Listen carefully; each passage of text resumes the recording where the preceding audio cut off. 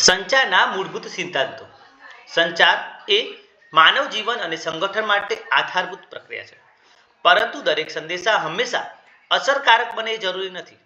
અસરકારક સંચાર માટે કેટલાક મૂળભૂત સિદ્ધાંતો અપનાવવા પડે છે, જે નીચે મુજબ છે. સ્પષ્ટતા, એટલે કે સંદેશ સ્પષ્ટ અને ચોક્કસ હોવો જોઈએ. અસ્પષ્ટતા કે ગૂંચવણ સંચારને નિષ્ફળ બનાવે છે. ઉદાહરણ તરીકે, લાઇબ્રેરીમાં વિદ્યાર્થીને કહેવું કે તમારું પુસ્તક 15 દિવસમાં પરત કરવું, જે સ્પષ્ટ છે. જલ્દી પરત કરજો, એ અસ્પષ્ટ છે. સંપૂર્ણતા, સંદેશ અધૂરો ન હોવો જોઈએ.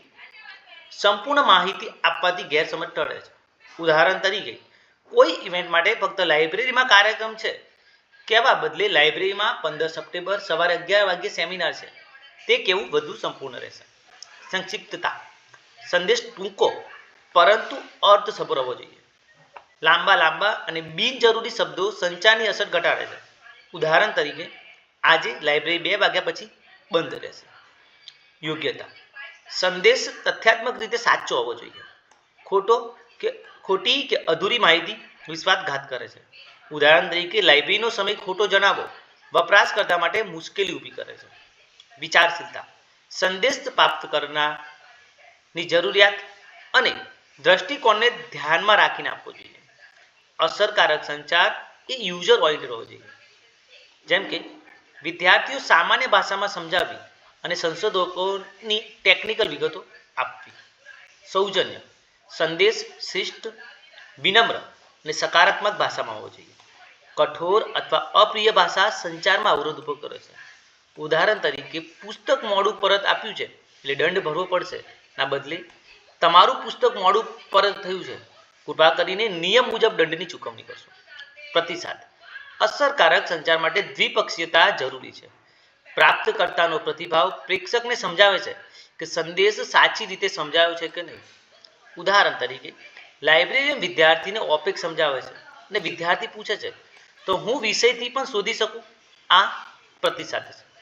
યોગ્ય માધ્યમ, સંદેશ પહોંચાડવા માટે યોગ્ય માધ્યમની પસંદ કરવી જરૂરી છે. મૌખિક, લેખિત, ઇલેક્ટ્રોનિક, પરિસ્થિતિ પ્રમાણે યોગ્ય માધ્યમની પસંદગી કરવી. ઉદાહરણ તરીકે, નિયમિત સૂચનાઓ માટે નોટિસ બોર્ડ, તાત્કાલિક માહિતી માટે SMS તથા WhatsAppનો ઉપયોગ કરવો જોઈએ. સમય ઉપયોગિતા, એટલે કે માહિતી યોગ્ય સમયે પહોંચવી જોઈએ. મોડી પહોંચેલી સંદેશનો કોઈ જ અર્થ રહેતો નથી. ઉદાહરણ તરીકે, પરીક્ષાના પહેલા દિવસે રેફરન્સ બુક વિશે માહિતી આપી, ઉપયોગી પરીક્ષા પૂરી થયા પછી આપવી. સાંસ્કૃતિક સંવેદનશીલતા, સંચારમાં ભાષા, સંસ્કૃતિ, માન્યતાઓનું ધ્યાન રાખવું જરૂરી છે. ખાસ કરીને વૈશ્વિક સમાજમાં આ અગત્યનું છે. ઉદાહરણ તરીકે, ગુજરાતી વાચકો માટે ગુજરાતી ભાષાના સૂચનો આપવા, જ્યારે વિદેશી વિદ્યાર્થીઓ માટે અંગ્રેજી ભાષામાં. વિશ્વસનીયતા, સંદેશ વિશ્વસનીય સ્ત્રોતમાંથી આપવો જોઈએ. જો સ્ત્રોત વિશ્વસનીય ન હોય તો માહિતી પર વિશ્વાસ ઘટે છે.